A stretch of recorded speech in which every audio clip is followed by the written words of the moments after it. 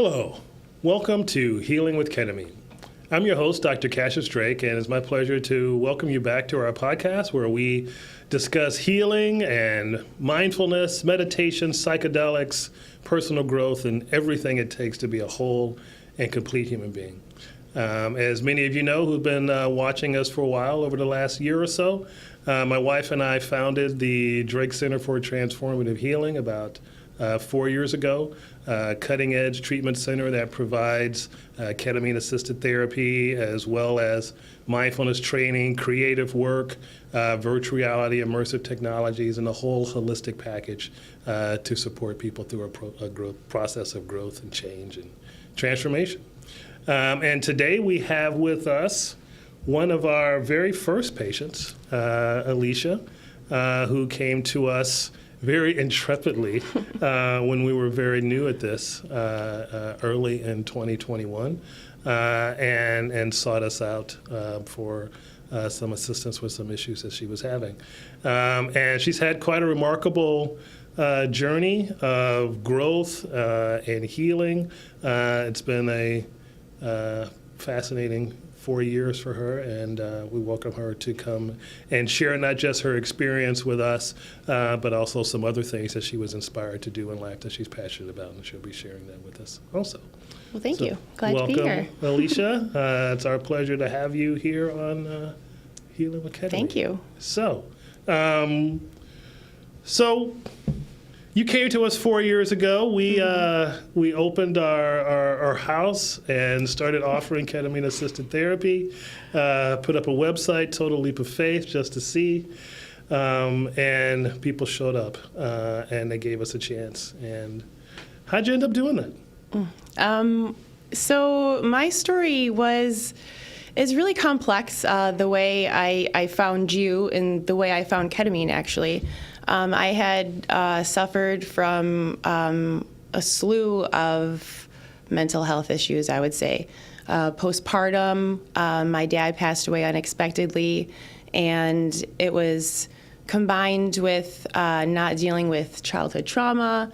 A whole thing just really kind of pushed me to the point where I knew I had to do something different. Mm-hmm. I had tried numerous therapists, several doctors, and they all just constantly pushed pills on me, prescribed medication, which I tried reluctantly, but I did. I followed the protocol, and it didn't work. I even tried taking DNA tests to see which antidepressants work better for my body. Mm-hmm. And I took the ones they said, and it still didn't work.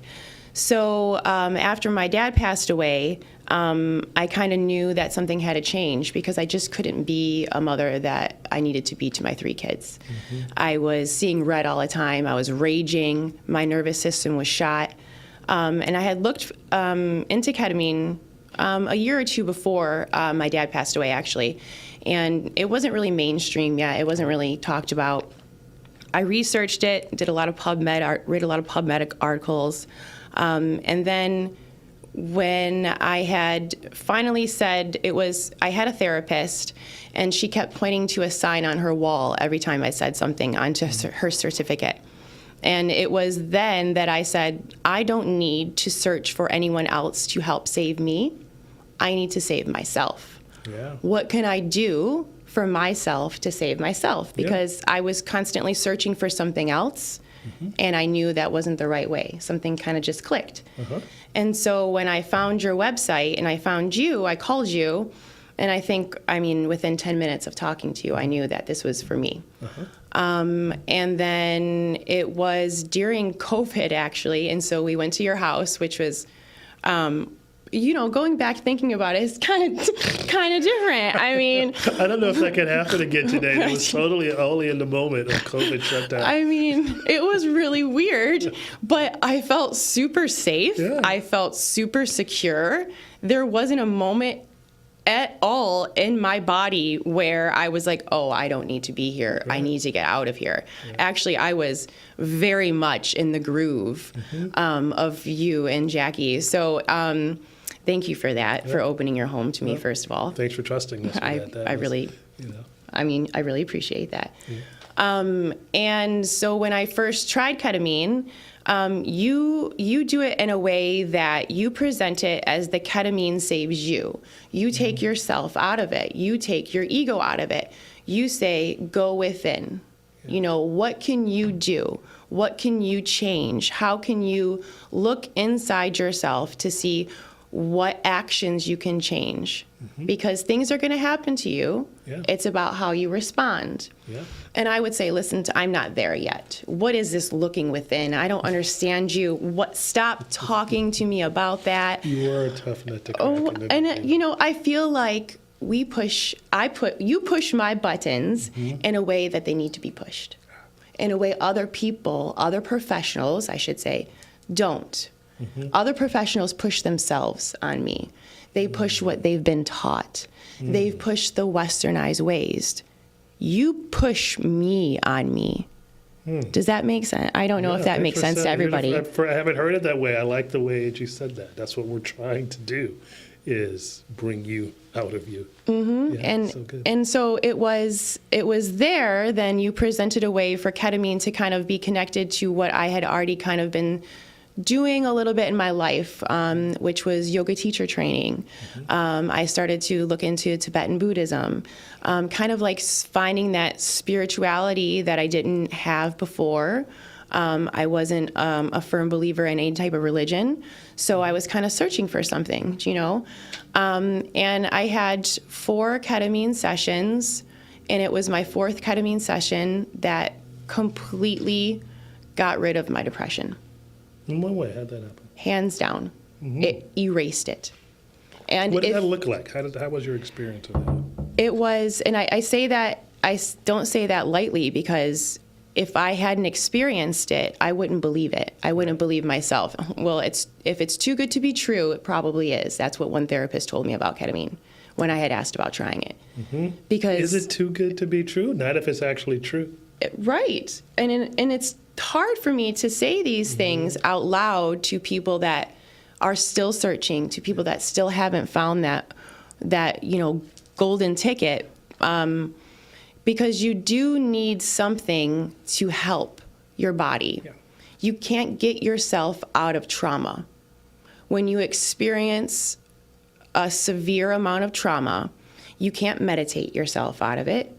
You can't think it away. You can't yoga it away. I had to have some sort of chemical change in my body that allowed me to snap out of it for a second, then to think about what I could do for integration. Yes. And that's what it really did. Yeah. Ketamine allowed me out of my body, out of that pain, to experience happiness, to say, oh, that does exist. Yeah. It's not a fallacy. It isn't in all the, the magic shows and the Walt Disney shows. It's real. It does exist. Be happy. I actually can smile. You can have peace. And that's what it did for me. You can feel joy. It's not too good to be true. It's not. It's not. You can feel it. Right? And then when you feel it, then what? So, the first couple sessions, I was kind of like, I was super nauseous, super dizzy. I would have to really integrate myself back into society, because with 3 kids, it's almost impossible to do that. They're very neurospicy. I'm very neurodivergent. So we have to find ways that work for us. And I would go to a hotel, and I would integrate afterwards and just totally be within my body, be in the present moment, because I was constantly escaping that. I did not want to be in my body because it was painful. So you just touched on something there. So you had the ketamine treatment at our office, and then and then there's the other. Then there's the integration. Then there's the practices, and there's the keeping alive with either mindfulness practices, meditation practices, creative work. So how did that show up for you? Well, I do want to point out, the integration is something that you do differently than anybody else that I've worked with. So I've seen numerous therapists, and everybody always talks about what they've learned, from their college degrees, what they've researched, and they kind of push that onto you. Yeah. You never asked about my history. I never told you like what I had been through. And I appreciated that. I don't want to talk about it. Talk therapy doesn't work for everybody. And you are able to use a different type of integration in a way to reflect on what was happening now, but also my past without bringing it up. Yeah, that makes sense. Actually, mean, and I think, and that's the essence, in the paradigm in healing from PTSD, or past trauma, it's that moment when you finally wake up and you realize that thing's not happening right now, right? And that's what a ketamine experience gives you, or a psychedelic experience, is that ability to be present, to be right now and go, oh, I'm safe in this moment.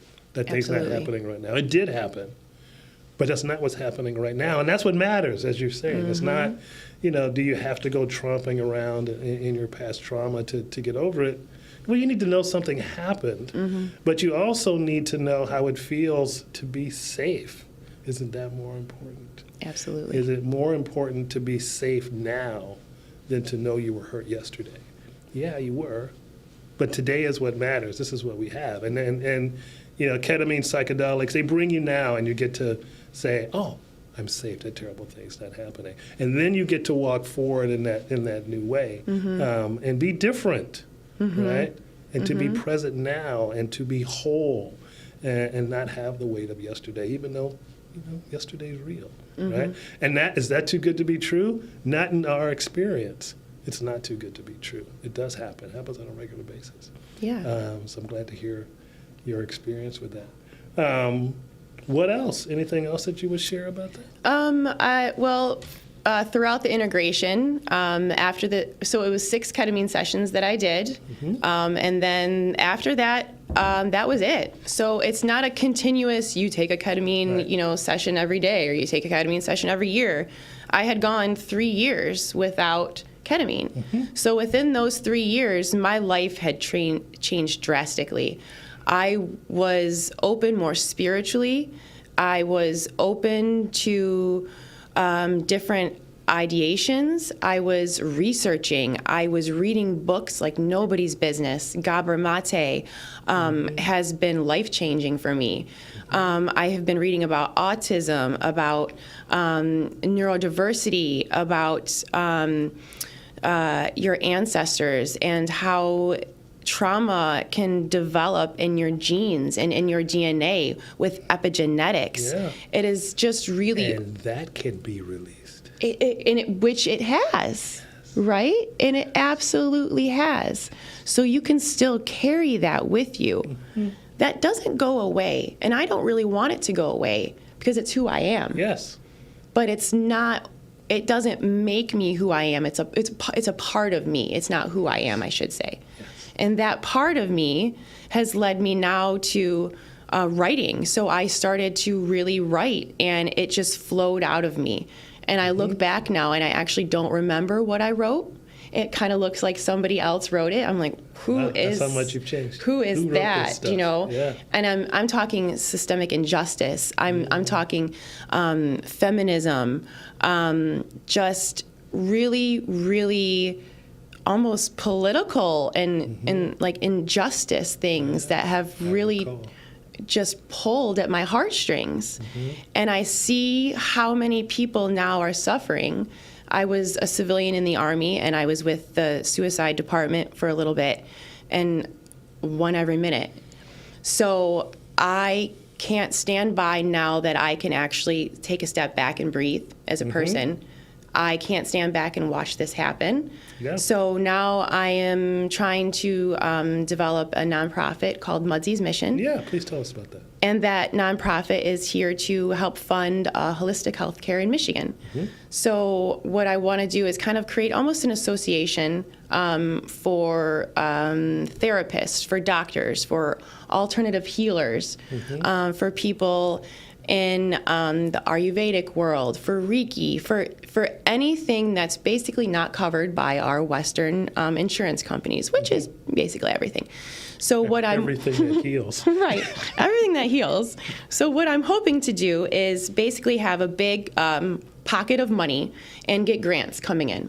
And when those grants come in, I'll have a board, and the board will determine which funding goes to which therapist or which healer.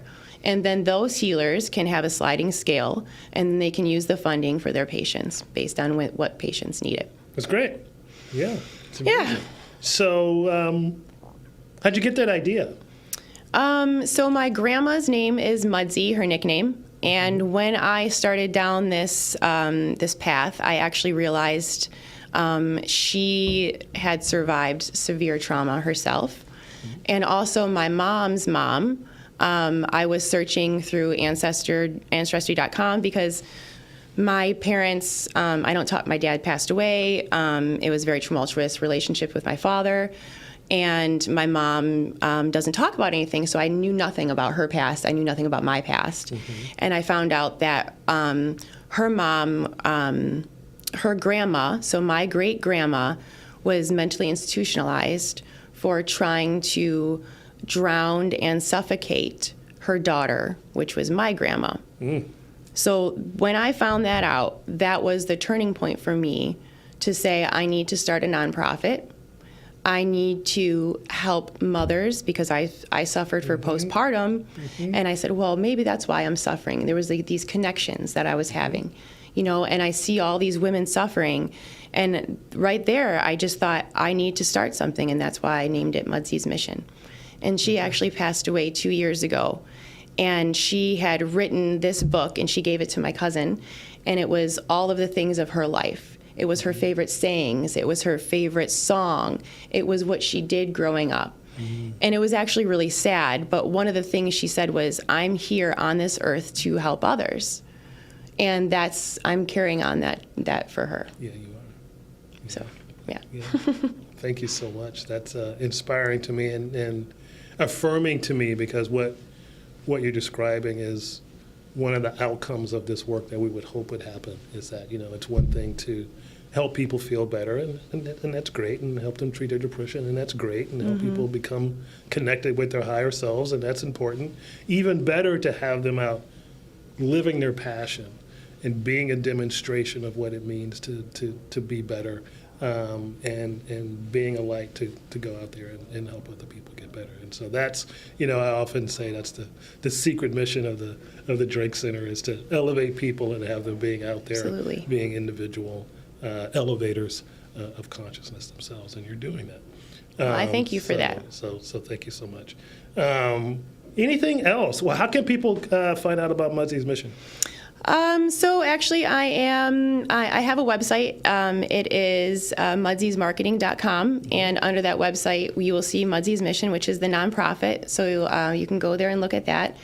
And I'm actually writing a book, and it should be finished at the end of this year. Okay. And this book is basically a snapshot of my ketamine journey, and then it's a snapshot it's kind of like a review of how I came to where I am today.